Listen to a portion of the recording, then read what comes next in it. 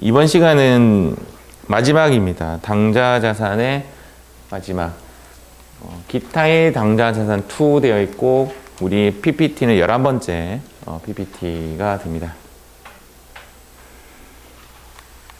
사실은 이제 당좌자산 마지막 시간이지만 당좌자산이 거의 모든 공부의 핵심이에요.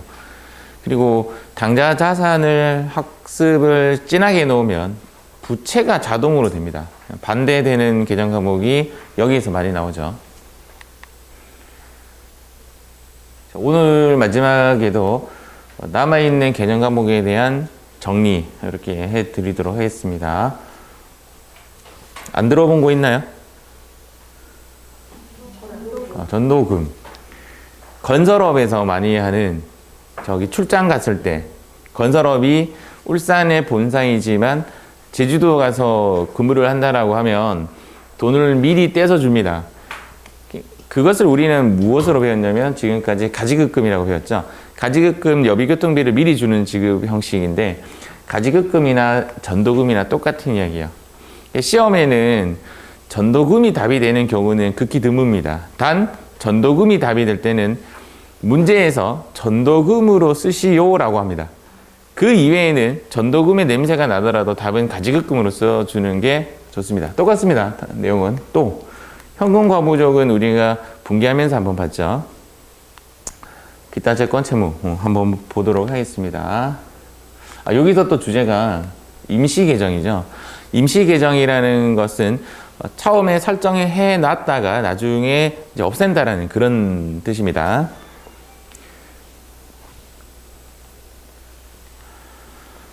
미결산 항목이라고 표현하기도 합니다. 결산할 때 없어져야 되는 개정 과목.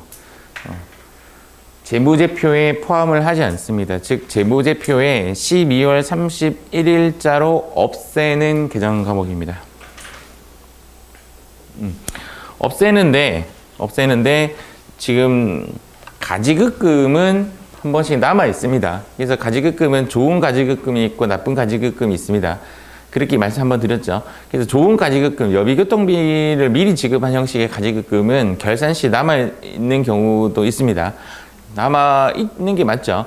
그런데 그 사업주의 대표자의 개인적 용도로 사용하면서 가져갔던 가지급금 또는 유통업에서는 인출금, 그러니까 개인 사업자들은 인출금이라고 쓰는 이런 개정 과목은 없애주는 것이 맞습니다. 특히 현금과부족은 결산 시 잡이익이나 잡손실로 바꿔주는 작업을 해줘야 돼요. 자, 가지급금은 불분명한 지출이라고 표현하고 있고 가수금도 불분명한 돈이 들어온 거죠. 그런데 가지급금은 불분명한 지출이라는 개념보다는 증빙되지 않은 지출이라고 보시는 게 조금 더 현실적으로 맞습니다. 책에는 이제 불분명한 지출이라고 표현되어 있지만 실제적으로 느끼는 것은 증빙되지 않은 지출이에요. 즉 사장님께서 이번에 실제적으로 책상 사는데 썼다라는 거예요. 예를 들어서. 그런데 증빙이 아직 안 들어왔어요. 이야기예요. 우리는 지출이 왜 났는지는 알고 있지만 증빙이 아직 안 들어온 거죠. 그럴 때는 가지급금으로 걸어놨다가 나중에 증빙 들어오면 걔를 비품으로 바꾸는 것이 맞겠죠. 시험에는 직장 출장할 때, 즉 여비교통비를 미리 지급하는 형식. 뭐라고 했죠? 여비교통비를 미리라는 글자가 들어가는 거죠. 미리 지급되었을 때, 지급했을 때 쓰는 개정 과목이 가지급금입니다.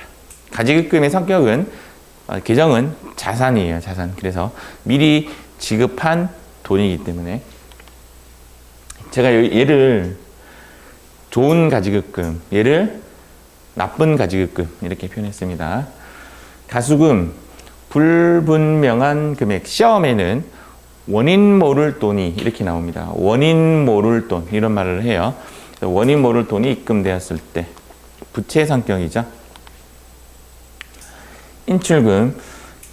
회계 1급에 가서는 인출금이라는 개정 과목을 안 쓴다라고 생각하시면 되고 회계 2급에서는 인출금과 가지급금의 성격이 똑같다라고 아예 생각하시면 좋아요. 그런데 이제 회계 2급에서 인출금이냐 가지급금이냐 논란이 좀 생길 수 있는 문제인데 회계 2급에서는 오히려 가지급금보다는 인출금 쪽으로 문제가 많이 나옵니다. 그 이유는 뭐냐면 개인 기업 대표자가 지 마음대로 쓴 것이다 이렇게 보시면 돼요.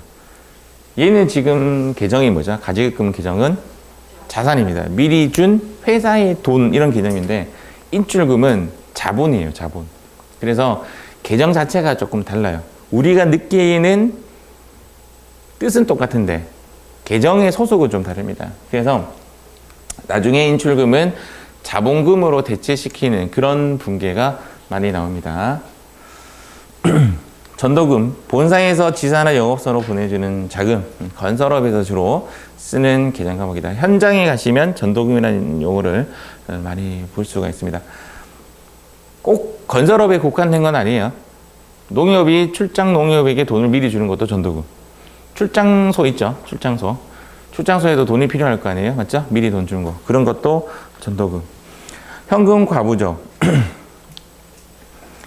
장부죠. 제가 그림 이렇게 그려드렸죠. 장부와 실제 그림의 차이를 메꿔주는 계정 과목이 현금, 과하거나 현금 부족할 때 쓰는 계정 과목이다.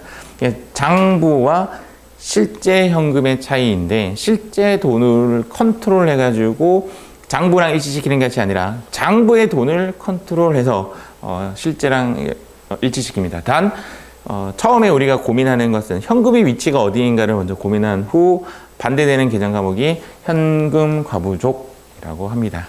참고로 시험에 얘가 가장 어렵다고 많이들 이야기합니다. 현금 과부족 나오면 힘들어요, 어려워요 이렇게 합니다. 그래서 현금 과부족은 조금 천천히 어렵구나 생각하고 접근하셔야 상처를 좀 덜 받겠죠.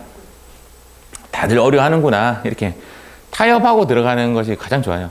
이거 어렵구나 이렇게 그렇죠? 이렇게 쓰시면 됩니다. 다음 페이지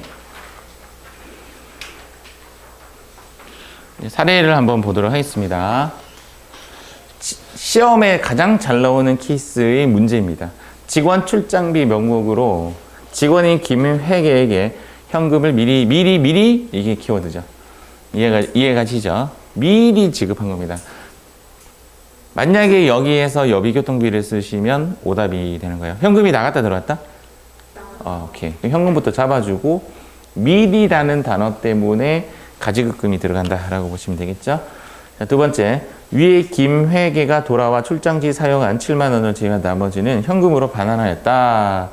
이제 돌아와서 지금 문구는 좀 빠졌지만 사실은 이제 증빙을 제출하였다라는 뜻이 되는 겁니다. 그래서 가지급금이 없어져야 되는 형식이기 때문에 대변으로 해서 임시계정이기 때문에 다 없애주고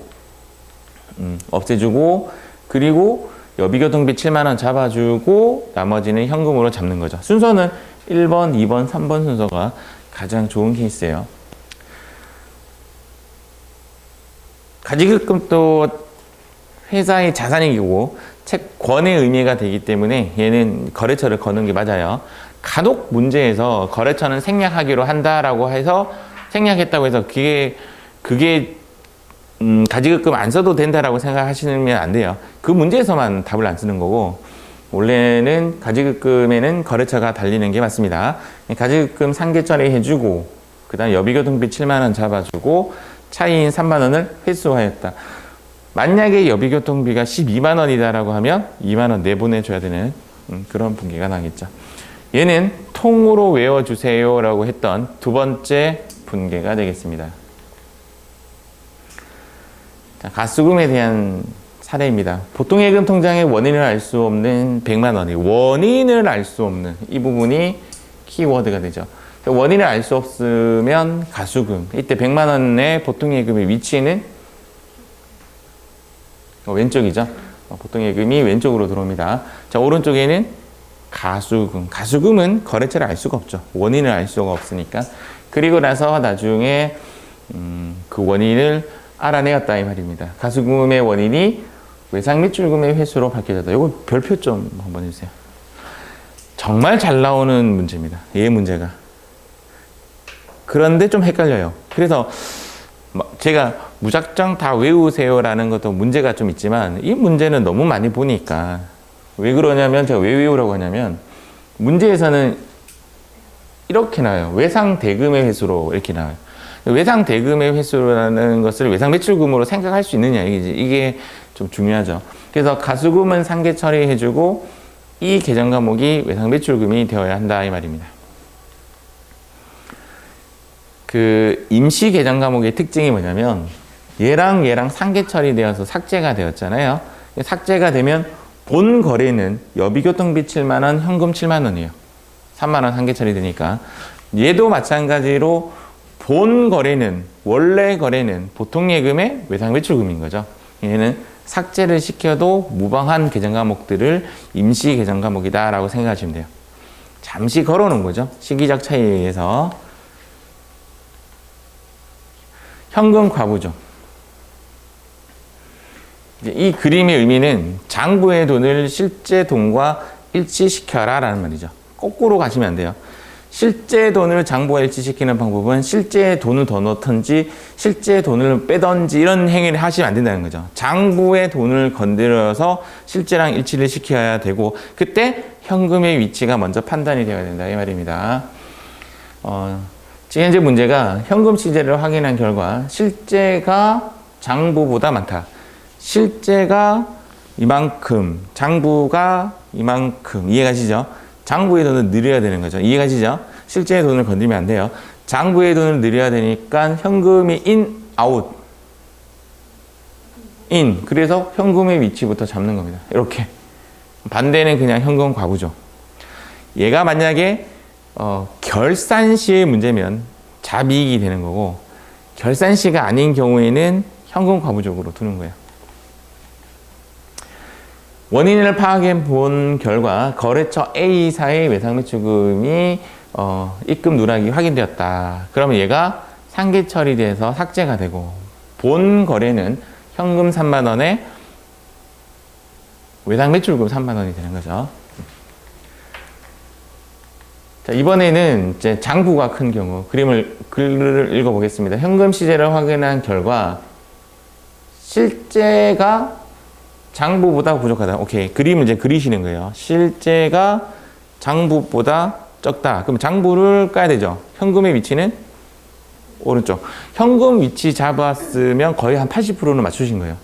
현금을 대변에 내보내주고 얘가 결산시라면 잡손실이지만 기중이기 때문에 현금 과부적입니다. 문제에서는 이제 기중이라는 것이 명확해요. 시험 문제에서는 얘가 결산인지 기중인지 명확하니까 그것 때문에 고민하지 마시고 기중일 때는 현금 과부적, 결산 시에는 잡손실. 그래서 결산을 현재 하니까 얘를 없애고 얘를 본 거래, 즉 잡손실로 바꿔줘야 되는 겁니다. 그래서 얘가 오른쪽으로 내보내주고 이때 얘를 잡손실이라고 합니다. 얘가 왜 잡이익이 아니냐, 잡손실이냐라고 한다면 왼쪽은 잡손실, 오른쪽은 잡이익, 왼쪽은 잡손실, 오른쪽은 잡이익. 원래 거래는 뭐냐면 이 거래죠. 이해가십니까? 원래 거래는 잡손실 현금 거래인데 잠시 현금 과부적 걸어놨다가 현금 과부적으로 떤 형식을 띄었는데 그러면 이제 객관식으로 간다면 결산 시에 답이 두 가지 중에 하나가 답이 돼요. 헷갈릴 수가 있어요. 잘 보세요. 결산 시에 현금이 부족하다는 것을 깨달았다 라면 답은 잡손실 현금이에요.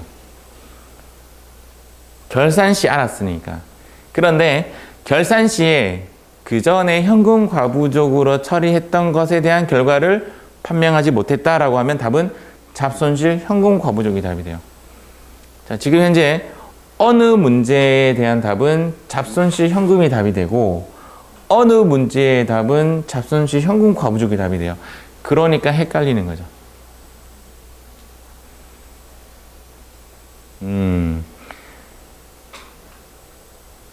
원래 거래는 이렇게 된다는 건 이해하셨죠? 문제에서 기중에 현금 과부적 걸어놨다가 결산 시에 대해서 현금 과부적을 떨고 잡손실을 넣은 상황인데 어떤 경우는 얘가 답이 되고 어떤 경우는 얘가 답이 되고, 그것을 구분하는 것은 제가 뒤에 결산 파트에 들어가서 제가 다시 말씀드릴게요. 아, 그런 게 있구나 정도 생각하시면 됩니다.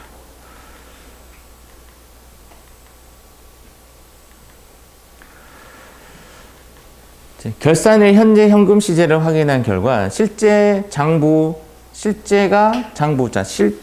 이만큼, 장부가 이만큼, 맞죠? 그러면 장부에 돈을 넣어야 되죠? 늘려야 되죠? 그러면 현금의 위치는 왼쪽. 그래서 답은 여기에는 현금 과부족을 쓸 것인가, 잡익을 쓸 것인가. 근데 결산일이니까 답은 오케이. 똑같은 문제죠. 현금 시제를 확인한 결과 실제하고 장부, 실제가 요만큼, 장부가 이만큼. 그럼 장부의 돈을 잘라서 버려야 되죠. 현금의 위치는 오른쪽. 오른쪽에 현금 갔으니까 왼쪽에는 무조건 잡손실이 들어오는 것이 맞겠죠. 이렇게 보시면 됩니다.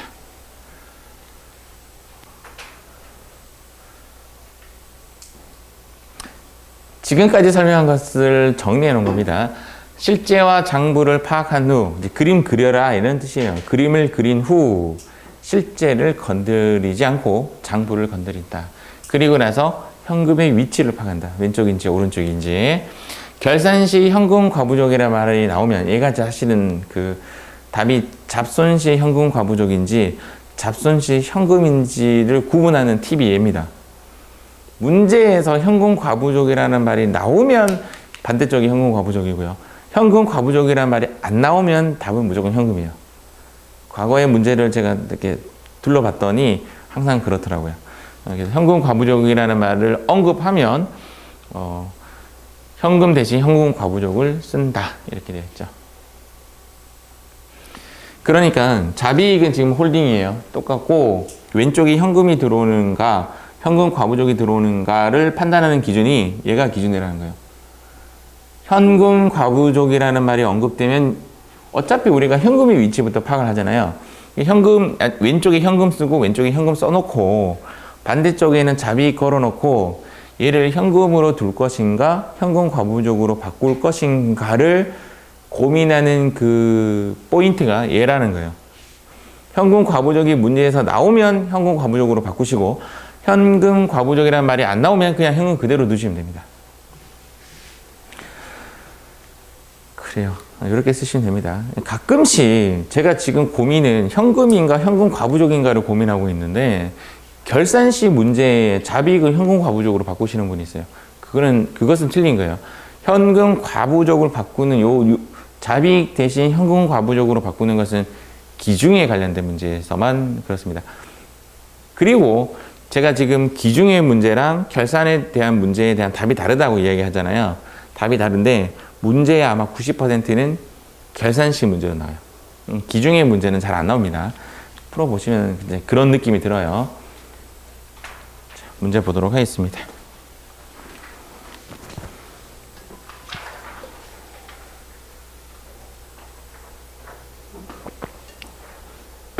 인출금의 계정에 대한 설명 중 잘못된 것은 인출금이 제가 자본 계정이라고 했죠. 그래서 자본은 맞아요. 자본은 맞는데 자본을 역행하는 그런 겁니다. 왜 그러냐면 붕괴가 인출금의 태생 자체가 사업주가 돈을 그냥 들고 가는 형식이기 때문에 현금이 오른쪽으로 가죠. 그럼 인출금은 처음에 어디 태어나냐면 차변에 태어나요. 그래서 재무상태표에 들어가 보면 인출금이라는 계정이 자본에 들어가 있는데 마이너스로 표시됩니다. 마이너스인 이유는 뭐냐면 자본이 원래 오른쪽에도 태어나야 되는데 왼쪽에도 태어나기 때문에 그것을 뭐라고 하냐면 평가 계정이라고 합니다. 마이너스 자본, 평가상 항목, 차감 항목 다 똑같은 말이에요. 다 똑같은 말입니다. 맞는 말. 개인 기업에서 사용하는 임시 계정이다. 맞죠? 오케이. 4번 먼저 보겠습니다. 개인 기업의 기업주가 개인적인 용도로 자본금을 인출할 때 사용한다. 맞는 말입니다. 답은 3번인데 3번은 꼭 표시하여야 한다가 틀린 말이에요. 임시 계정이니까 미 결산 계정 과목 결산 시 없어져야 되는 개정 과목입니다. 자, 다음 문제 볼게요.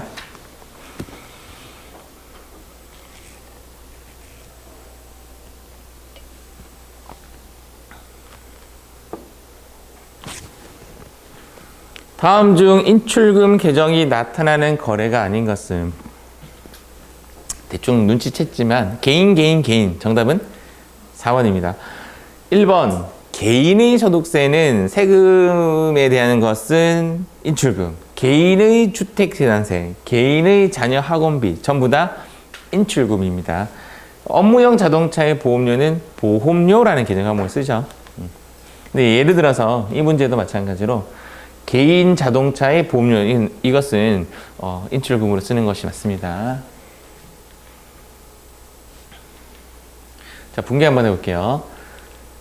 현금 시세를 확인하던 중 실제 현금이 장부상 현금보다 2만 원이 많다. 자, 그림 그려볼게요. 실제가 장부보다 많은 거죠. 얘를 건드리면 돼야 안 돼요. 얘를 증액시켜 주겠습니다. 장부를 증액시켜 주려면 현금의 위치는? 오케이. 자, 그 다음 이제 문제예요. 자비인가? 현금과 부족인가? 그렇죠. 그 이유는 7월 19일이기 때문에 12월 31일이면 현금과 자비 기중이기 때문에 현금 과부죠. 판매 매장에서 사용할 비품으로 이동 가능한 중고 난방기를 비품이죠. 결론은 말은 길게 했지만 연산 냉난방기로부터 50만 원에 구입했고 대금은 15일 이후에 지급하기로 했다. 지금 비품이 들어왔어요? 안 들어왔어요? 들어왔고 그러면 적고 재고자산이에요? 아니에요? 아니니까 답은 미지급금 거 이렇게 쓰시면 되겠죠.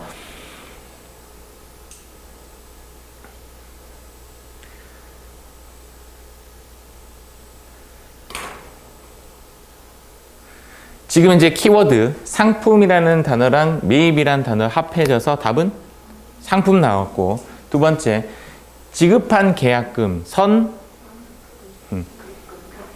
급금 나왔고 그럼 지금 현재 제가 지금 하고 있는 거는 개정 과목을 이렇게 주사기라고 치면 팍 꼽아가고 쫙 뽑아내고 있습니다. 그래서 상품과 선급금 나왔고 100만 원은 보통 예금에서 인 아웃 좋아 그러면 나머지는 외상으로 했대. 이 외상은 외상 땡땡땡인가 미 땡땡땡인가? 외상 땡땡땡이죠. 그 이유는 상품이니까. 매입이니까 얘 이름은 외상 매입금. 답은 4개가 나왔어요. 보통 예금, 외상 매입금, 상품, 선급금. 좋았어요. 상품은 들어왔다 나갔다. 여기 300. 그러면 상대적으로 다 오른쪽으로 갈 수밖에 없습니다. 얘가 큰 숫자가 들어갔으니까. 그러면 선급금은 오른쪽 거 50만 원. 보통 예금 아웃 100만 원, 외상 매입금 거 XXX 이렇게 하시면 되겠죠. 150만 원.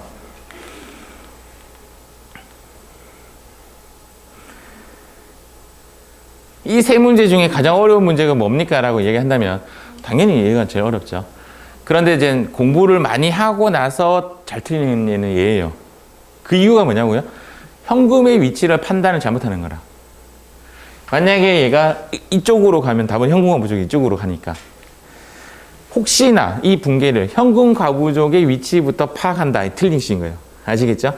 현금 과부족부터 판단하는 게 아니에요. 그리고 현금 과부족은 이제 강조는 안 해드렸는데 얘는 자산입니다. 자산.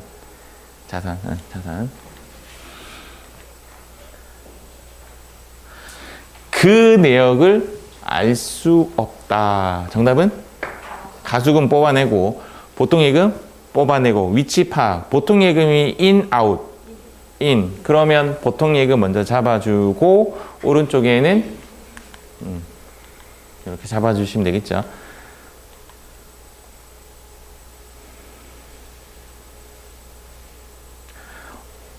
업무와 관련 없이 답 2개 중에 하나예요. 가지급금인가 인출금인가. 이제 고민 조금 하시고 사업주 개인 용도로 사용하기 위해 신형 노트북 99만 원에 구매했고 회사 카드로 결제했다.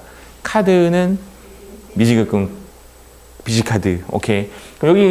여기가 지금 미지급금 비시카드는 일단 냈고 여기가 개인 사업자이다. 오케이, 인출금. 인출금도 사실상 거래처를 걸어야 되는 건데 통상 시험에는 답에는 안 적혀 있어요. 왜냐하면 가지급금은 자산이기 때문에 채권이라는 의미가 들어가는데 인출금은 자본이에요.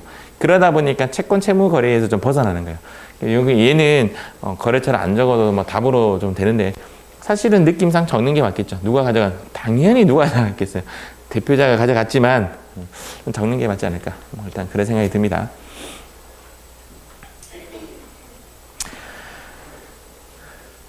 업무용으로 사용할 목적.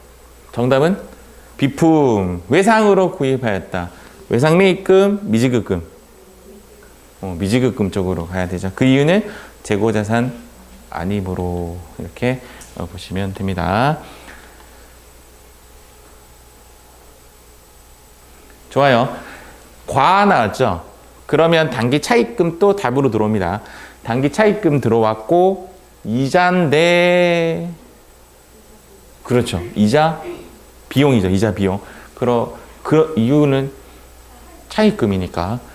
얘가 제가 지금 생각하는 그대로 보여드린 거예요. 제가 문제를 읽다가 이자 딱 나오면 딱 고민합니다. 이자 하면서 다시 눈이 이쪽으로 이해가시죠? 그렇게 생각하셔야지. 제가 보자마자 제가 이자 비용이다 이렇게 안 나옵니다. 안 나옵니다. 저도 안 나와요.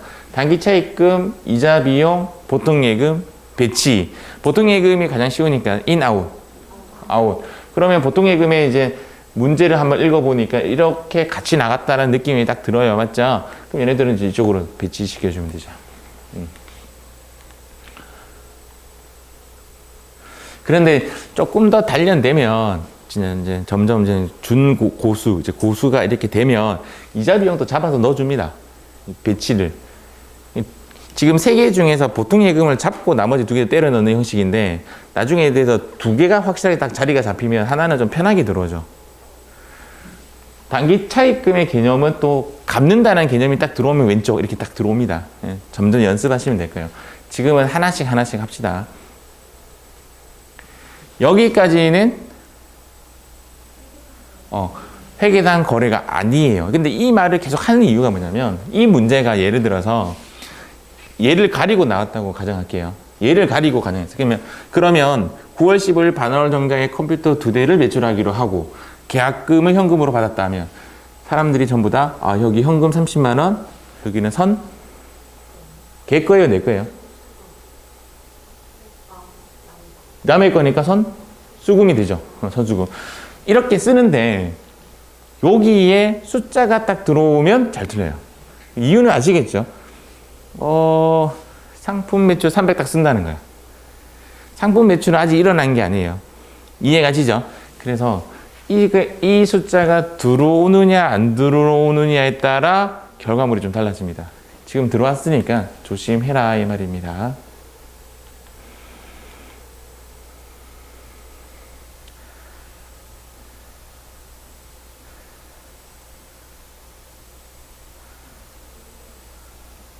지금 여기서 볼 수 있는 요 식사 비용의 계정 과목은 복리후생비.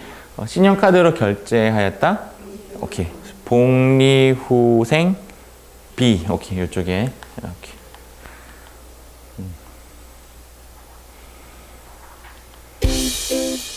자, 이렇게 해서 우리 당좌 자산을 마무리 짓도록 하겠습니다.